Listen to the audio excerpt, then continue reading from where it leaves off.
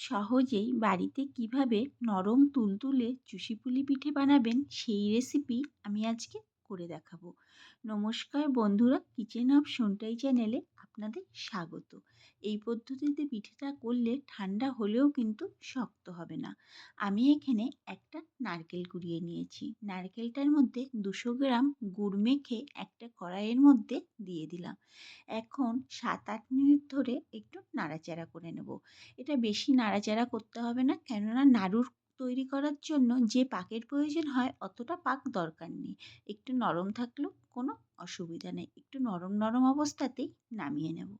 যখন এরকম পর্যায়ে চলে আসবে একটু শুকনো শুকনো অবস্থায়, তখন কড়াই থেকে অন্য পাত্রে তুলে নেব। এখন একটা কড়াই বসিয়ে দিয়েছি। কড়াইটা ভালো করে গরম হয়ে গেলে এর মধ্যে দিয়ে দেব হাফ গ্লাস জল।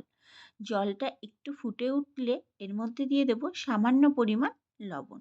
এখন জলটাকে ভালো করে ফুটিয়ে নেব। পুরো টগবগ করে যখন ফুটবে, মানে এরকম পর্যায়ে চলে আসবে, তখন এর মধ্যে দিয়ে দেব 1 বাটি চালের গুঁড়ো। চালের গুঁড়োটা দেওয়ার সাথে সাথেই কিন্তু খুন্তি দিয়ে নেড়ে যেতে হবে। যখন এরকম একটা ডো আকৃতিতে চলে আসবে, তখন একটু উল্টে পাল্টে নিয়ে কড়াইয়ের থেকে নামিয়ে নেব। এবার একটু ঠান্ডা করে নেব, যাতে হাতে একটু সহ্য করা যায়। এখন 7-8 মিনিট ধরে ভালো করে ডলে ডলে একটু মেখে নেব। যত ভালো মাখা যাবে তত কিন্তু পিঠেটা নরম হবে। এবার একটা রুটি বেলার যে চাকিগুলো হয় সেটা নিয়ে নিয়েছি। আপনারা অন্য কোনো কাঠের জিনিসও নিতে পারেন। এর উপরে কিছুটা চালের গুঁড়ো ছড়িয়ে দেব। আর ডোয়ের থেকে কিছুটা অংশ কেটে কেটে নিয়ে একটু লম্বা করে নেব, যাতে চুষিগুলো কাটতে আমার সুবিধা হয়। ঠিক এরকম লম্বা লম্বা করে নিয়েছি। এখন লম্বা অংশ থেকে একটু একটু নিয়ে এরকম হাতের সাহায্যে ডলা দিয়ে দিয়ে সরু সরু করে কেটে নেব। চুষি যত সরু করে কাটা যাবে তত কিন্তু ভালো গলে যাবে। দেখুন, আমি এইভাবে চুষিগুলোকে কেটে নিয়েছি। আমি এখানে যেহেতু 2 লিটার দুধ ব্যবহার করব, তাই আমার 2 মুঠ চুষি হলেই যথেষ্ট। 1 লিটার দুধে 1 মুঠ করে চুষি ব্যবহার করলে চুষি পিঠেটা কিন্তু খেতে ভীষণ সুন্দর হয়। পুরো ক্ষীরের মতো হবে। চুষি বেশি হয়ে গেলে কিন্তু খেতে ভালো হবে না। আর বাকি ডোটা দিয়ে একটা ছোট ছোট লেচি কেটে নিয়েছি। এখন পুলি পিঠেগুলো তৈরি করব। একটা ডো নিয়ে এরকম হাতের সাহায্যে ঘুরিয়ে ঘুরিয়ে মাঝখানে একটু জায়গা করে নিতে হবে, যাতে নারকেলের পুরটা খুব সহজেই দেওয়া যায়। এরকম জায়গা করে এর মধ্যে নারকেলের পুর দিয়ে মুখটা ভালো করে আটকে দিতে হবে। মুখটা এইভাবে মুড়ে দিয়েছি। আপনারা আরও সুন্দর করে ডিজাইন করে নিতে পারেন। আবারও একটা ডো নিয়ে নিয়েছি। হাতের সাহায্যে ঘুরিয়ে ঘুরিয়ে মাঝখানে নারকেলের পুর দেওয়ার মতো জায়গা করে নারকেলের পুর দিয়ে দিলাম। এখন মুখটা ভালো করে আটকে এইভাবে মুড়িয়ে দিলাম। এইভাবে আমি প্রত্যেকটা পুলি পিঠে তৈরি করে নিয়েছি। গ্যাসের ওপর এখন 2 লিটার দুধ বসিয়ে দিয়েছি। দুধটা আমি আগে থেকে জাল দিয়ে রেখেছিলাম। এখন আবারও ফুটিয়ে নেব। যখন এরকম ফুটে উঠবে, তখন গ্যাসের ফ্লেমটাকে একটু লো টু মিডিয়ামে রেখে আরও 7-8 মিনিট ফুটিয়ে নিয়েছিলাম। তারপরে এর মধ্যে চুষি পিঠেগুলোকে দিয়ে এখন ভালো করে নাড়তে হবে, যতক্ষণ চুষি পিঠেগুলো সিদ্ধ না হয়। এই সময় গ্যাসের ফ্লেমটাকে আমি হাইতেই রেখেছিলাম আর এইভাবে নেড়ে গেছিলাম। আমি এখানে 8 থেকে 10 মিনিট এইভাবে জাল দেওয়ার পর একটু দেখে নিয়েছিলাম চুষি পিঠেগুলো সিদ্ধ হয়েছে কিনা। আমার এখানে চুষি পিঠেগুলো সিদ্ধ হয়ে গেছে।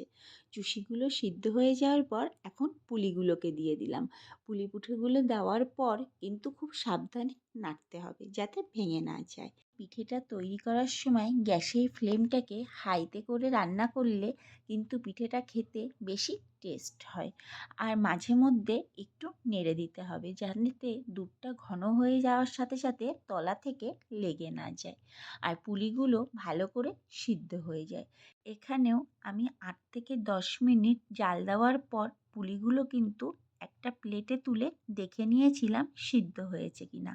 এখানে কিন্তু পুলিগুলো বেশ ভালোভাবে সিদ্ধ হয়ে গেছে। সেটাকে আরেকটু টেস্টি করার জন্য এখানে হাফ কাপ গুঁড়ো দুধ সামান্য একটু গরম জলের সাথে গুলিয়ে আমি দিয়ে দিলাম। এতে পিঠের স্বাদটা কিন্তু ভীষণভাবে বেড়ে যায়। এবার 1 বাটি গুড় আমি দুধের মধ্যে দিয়ে দেব।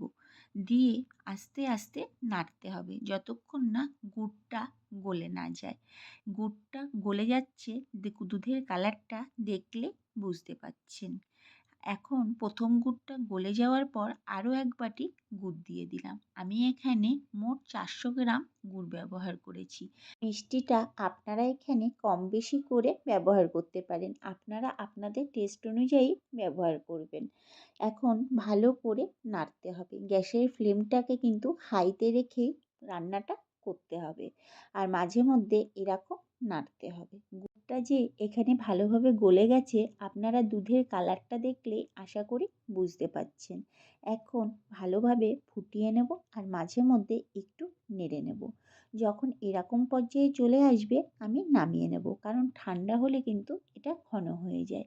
আমি দুটো পুলি পিঠে একটা প্লেটে নামিয়ে নিয়েছি। আপনাদের কেটে দেখালাম কতটা নরম হয়েছে।